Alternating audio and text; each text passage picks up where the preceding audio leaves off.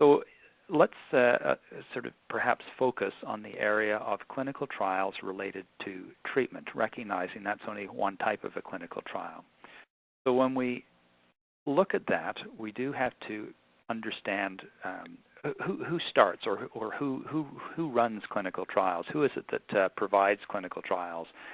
And most of the time in the area of cancer, this is done through some formal national or provincial recognized body. In Canada, we're very fortunate. We have had the benefit of a construct, the National Cancer Institute of Canada, which has had a clinical trials group based at Queen's University in Kingston, Ontario. And that group, under the leadership originally of Dr. Joe Pater and more recently Dr. Ralph Meyer, has actually been a major influence on the conduct of high-quality clinical trials in persons affected by cancer in Canada. And I'm very proud that that has been recognized both nationally but internationally as well as a significant contribution to the health of persons affected by cancer globally. There are other so-called sponsors of clinical trials. It could be a clinical trial run through a particular hospital. It could be something such as Princess Margaret Hospital in Toronto. It could be something like the BC Cancer Agency. It could be a group of hospitals that come together or a consortium, but a formally recognized group of health providers who are working collaboratively to oversee the conduct of clinical trials. So when we talk about a sponsor of a clinical trial, there's usually some recognized group. In the United States, there's several different groups some of you may well have heard about that conduct clinical trials or are sponsors. One of the larger groups is called the Gynecologic Oncology Group, or GOG. There's another group, the Southwest Oncology Group, or SWOG, SWOG. And there's a number of those groups in the U.S., including the U.S. National Cancer Institute, that may oversee and serve as sponsors of clinical trials. One of the key elements of clinical trials as we push the boundaries of new knowledge and seek new interventions that may improve the life of persons affected with cancer is the need to ensure that any participant is appropriately protected. It's fine to push the limits of new knowledge, but we need to make sure that that's not, for want of a better term, endangering that individual. So that any clinical trial that is being conducted in Canada requires that there's an oversight committee, what's usually referred to as an institutional review board. Most of the time, that institutional review board, or some persons would call that an ethics committee, is based within a university construct. It is possible that that may well be embedded within a hospital itself, but most of the time includes a Canadian university as a oversight body with the institutional review board or ethics review board. And it requires that there's a formal group, including lay members, that review any clinical trial protocol before it is implemented into actual action. Once that approval has been given by an ethics review committee, it's not just a one-time approval. There actually is a process that requires that that board receives ongoing safety information about that trial and the outcomes to ensure that at no time is there a significant risk of causing danger to any of the participants in the trial. And that's critical to the understanding of how clinical trials are conducted in Canada. We also know that each and every clinical trial has what we call eligibility criteria. And I realize in my interaction with patients and their families, very often persons will come in to see me in the office and indicate that they're aware that this clinical trial is in place. It could be in the NCI US, or it could be in Canada, or it could be in another province. And could they participate in this trial? Well, one of the first things that we look at is, would they be so-called eligible? And the reason being is that if we are to generate new knowledge, we need to understand that the knowledge that we're generating is affecting a specific group of persons with a particular type of cancer. So it may well be, for example, most common type of ovarian cancer is that what we call a serous adenocarcinoma of the ovary. And in many trials, that will be one of the eligibility criteria to participate in that trial.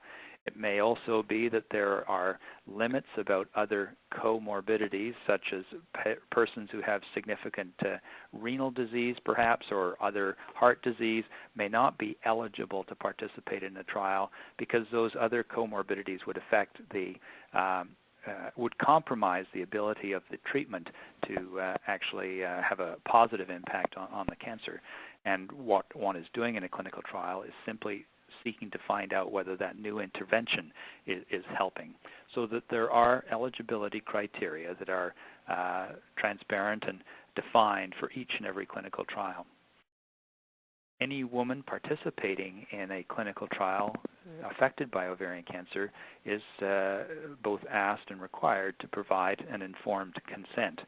And that informed consent usually means a conversation with the treating, very often a physician or a nurse, but the person who is the principal investigator at that particular hospital, center, or office for that trial.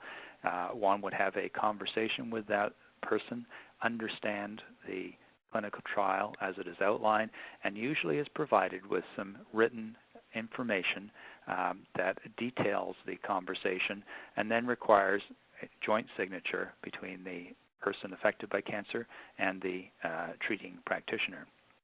So that informed consent is a prerequisite to moving ahead with any clinical trial in women with diagnosis of ovarian cancer.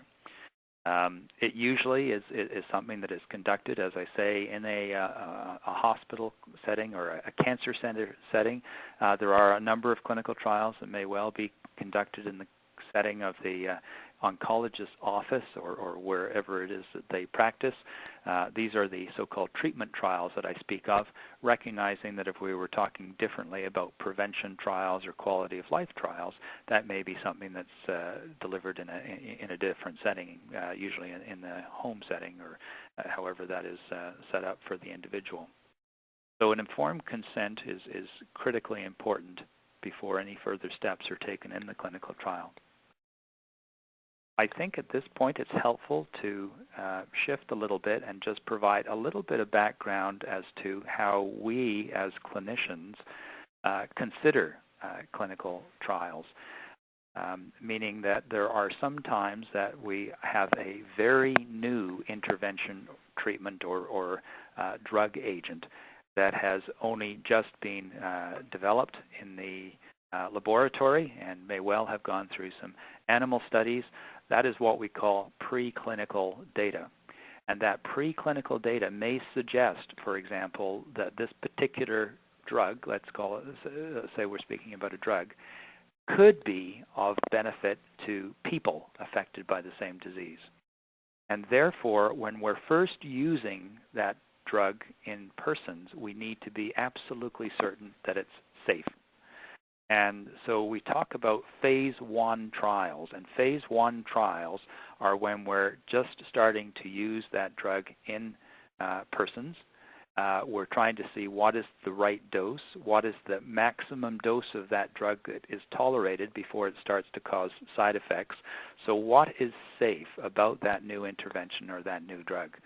And that's the background to a phase 1 drug. And many persons in my office will say, I know that they're doing phase 1 studies on this particular drug. Can I get access to it? And what I usually will respond is that in that phase 1 setting, persons do have to understand that the outcome that is being looked at is this drug safe? It could well be of benefit, or it may not be, but that's the purpose of a phase 1 trial. Once phase 1 results have been produced, what we call data, we usually would then move on to a phase 2 study. And that looks at not only is the drug safe, but is it effective? So for example, if there is a new molecular agent that we're assessing in a clinical trial in women affected by ovarian cancer, the phase 1 trial would tell us what dose might be the most appropriate. A phase 2 trial looks at, okay, what are the side effects from that dose, and does it actually work? Is it effective? Does it cause an improvement in the cancer status?